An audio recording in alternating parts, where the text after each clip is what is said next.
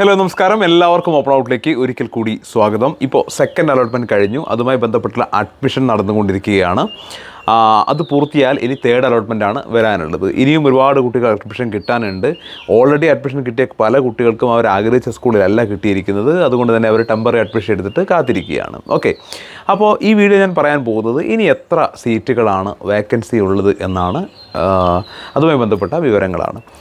തീർച്ചയായിട്ടും ഈ channel subscribe ചെയ്യുക. നിങ്ങൾക്ക് യൂസ്ഫുൾ ആയിട്ടുള്ള ഒരുപാട് വീഡിയോകൾ ഞങ്ങൾ ഈ ചാനലിലൂടെ നൽകിക്കൊണ്ടേയിരിക്കും. സോ സെക്കൻഡ് അലോട്ട്മെൻറ്റ് പൂർത്തിയായ ശേഷം, സെക്കൻഡ് അലോട്ട്മെൻറ്റുമായി ബന്ധപ്പെട്ട് സെക്കൻഡ് അലോട്ട്മെൻറ്റ് പ്രസിദ്ധീകരിച്ച ശേഷം, പൂർത്തിയായതല്ല പ്രസിദ്ധീകരിച്ച ശേഷം വിദ്യാഭ്യാസ വകുപ്പ് തന്നെ ഇനി എത്ര സീറ്റുകൾ വേക്കൻ്റായിട്ട് കിടക്കുന്നുണ്ട്, അതായത് ഒഴിഞ്ഞു കിടക്കുന്നുണ്ട് എന്നതുമായി ബന്ധപ്പെട്ട ഒരു കണക്ക് പുറത്തുവിട്ടിട്ടുണ്ട്.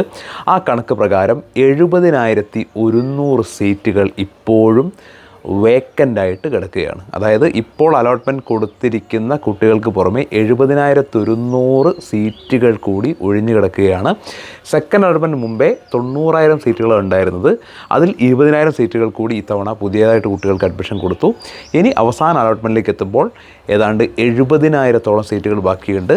അതിൽ ഒരുപാട് സീറ്റുകളിലേക്ക് തേർഡ് അലോട്ട്മെൻറ്റിൽ അഡ്മിഷൻ കൊടുക്കും. പരമാവധി സീറ്റുകളിലേക്ക് തേർഡ് അലോട്ട്മെൻറ്റിൽ അഡ്മിഷൻ കൊടുക്കാനാണ് സാധ്യത. അങ്ങനെ വരുമ്പോൾ കൂടുതൽ കുട്ടികൾക്ക് അഡ്മിഷൻ ലഭിക്കും. മാത്രവുമല്ല, സെക്കൻഡ് അലോട്ട്മെൻറ്റ് അവസാനിക്കും. ഈ സെക്കൻഡ് അലോട്ട്മെൻറ്റിൽ അഡ്മിഷൻ എടുക്കേണ്ട ഒരുപാട് കുട്ടികളുണ്ട്. അവരിൽ ഒരു പക്ഷേ കുറേ കുട്ടികൾ അഡ്മിഷൻ എടുക്കാത്തതുണ്ടാവും. ആ സീറ്റുകൾ കൂടി ഇതിലേക്ക് എക്സ്ട്രാ ആഡ് ആവും. നമുക്കറിയാം, ഫസ്റ്റ് അലോട്ട്മെൻറ്റ് കഴിഞ്ഞപ്പോൾ ഏതാണ്ട് 20,000-ഓളം കുട്ടികൾ അഡ്മിഷൻ എടുത്തിരുന്നില്ല. 20,000-ലധികം കുട്ടി, എനിക്കൊന്ന് 24,000-ഓളം കുട്ടികൾ അഡ്മിഷൻ എടുത്തിട്ടുണ്ടായിരുന്നില്ല. ആ സീറ്റുകൾ കൂടി പിന്നീട് ഇതിലേക്ക് വന്നിരുന്നു. അതേപോലെ തന്നെ സെക്കൻഡ് അലോട്ട്മെൻറ്റിൽ സംഭവിക്കാൻ സാധ്യതയുണ്ട്. അഡ്മിഷൻ കിട്ടിയ പല കുട്ടികളും ഇതിനോടകം മറ്റേതെങ്കിലും സ്കൂളിൽ മാനേജ്മെൻറ്റ് കോട്ടയിലോ കമ്മ്യൂണിറ്റി കോട്ടയിലോ അതുമല്ലെങ്കിൽ സ്പോർട്സ് കോട്ടയിലോ അല്ലെങ്കിൽ പ്രൈവറ്റ് ആയിട്ടുള്ള സ്കൂളുകളിലോ ഒക്കെ ചേർന്നിട്ടുണ്ടാവാം.